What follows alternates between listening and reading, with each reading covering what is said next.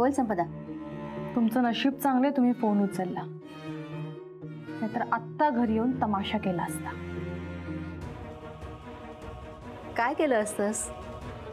मी माझ्या बाबांच्या डब्यामध्ये पैसे ठेवले असं सांगितलं असतंस का? जास्त हुशारी करू नका ललिता काकू. मी काय बोलते ते ऐकून घ्या, नाहीतर अडचणीत या. कोण आणणार आहे आम्हाला अडचणीत? मी. बोल. माझी बहीण जरा जास्तच हुशार आहे. माझ्या दुर्दैवाने नशीब कायमच तिच्यासोबत असतं आणि त्याच नशिबाच्या जोरावर तिला कळलंय की मी बाबांच्या डब्यात पैसे ठेवलेत.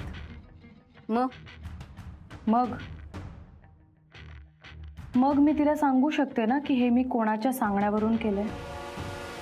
पण आम्ही काय सांगू तुला? आमचा काय संबंध? तुम्ही दोघी बहिणी ना एकमेकींची काय दुश्मनी आहे ना मला अजूनही कळलेलं नाही. ललिता काकू, तुम्ही स्वतःला जेवढं हुशार समजता ना त्याहीपेक्षा जास्त अडाणी आहात. संपदा तोंड सांभाळून बोल जरा. तुम्ही आधी तुमच्या पायाखालची जमीन सांभाळा. स्मार्टफोनमध्ये कॉल रेकॉर्डिंगचं ऑप्शन असतं आणि ते रेकॉर्डिंग माझ्या फोनमध्ये सतत सुरू असतं. तुमचे सगळे कॉल्स माझ्याकडे रेकॉर्ड आहेत आणि ते मी सेव्ह केले. आणि हो, माझ्या महागुरूंना पण हा निरोप द्या की मीच त्यांना ऑडिओ क्लिप पाठवू. नाही पण का करशील ना तू असं?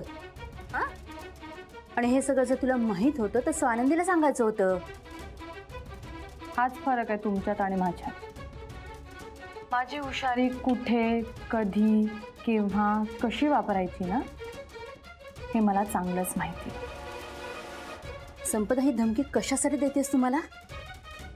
मुद्द्यावर आलात. माझी पद्धत जरा वेगळी आहे. आत्ता मी वेळ मारून नेली आहे. सगळा आरोप मी माझ्यावर घेतलाय, पण त्याची तुम्हाला किंमत मोजावी लागणार. प्लीज, म्हणजे काय म्हणायचंय तुला?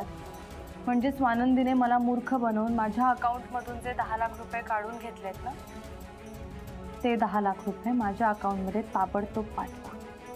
संपदा काय बोलतेस तू? लक्षात येते का? अगं 10 लाख लहान रक्कम नाहीये ही. माझ्या घरच्यांसमोर माझी पद जाणार आहे, त्याचीच ही किंमत आहे. 10 लाख रुपये लवकरात लवकर माझ्या अकाउंटमध्ये ट्रान्सफर करा. आणि हो, ही विनंती नाहीये.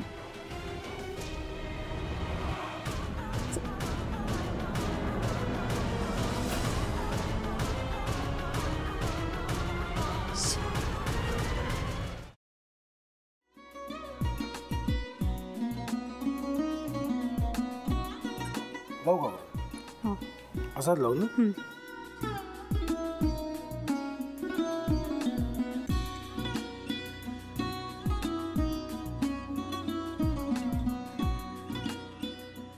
आता काय करायचंय? आता आपण ड्राय स्टफिंग दुसरं काय करणार आपण त्यात? आपण ह्याच्यात मेयोनीज न टाकता बाकीचे सगळे साहित्य टाकायचे. अच्छा, हे सगळं. ऋतू, माझा तर विश्वासच बसत नाहीये. म्हणजे अगं बहिणी आमचं लग्न व्हावं म्हणून किती प्रयत्न करत होते आणि ते सगळं करताना ती शिवच्या आम्हाला माहिती पुरवते. नाही, मला नाही वाटत. गौरी खूप चांगली असतो म्हणून तुला सगळं जगत चांगलं दिसतं, पण शिव उगाच बोलला असेल का? त्याच्यावर विश्वास नाहीये का तुझा? शिववर पूर्ण विश्वास आहे मी तुम्हाला, पण तो आता हे जे काही करतोय ना, म्हणजे निशा बहिणी समोर त्या राधिका सोबत फिरण्याचं नाटक वगैरे, ते त्याचा काही उपयोग होणार नाहीये. अगं असं कसं म्हणतो? अगं नीलिमा, जतीन भाईंचा कॉल आहे.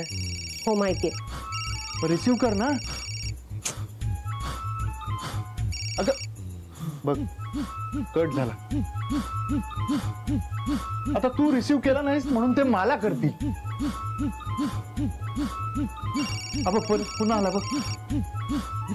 घे बघू. पण हे एक ना एक दिवस घडणारच होतं. आता मला कळलं तुम्ही 2 दिवस झाले काय सांगत होता ते. बनू हे संकेत असतात आणि हे ठरवून येत नसतात. मी बाहेर तुमची वाट बघते.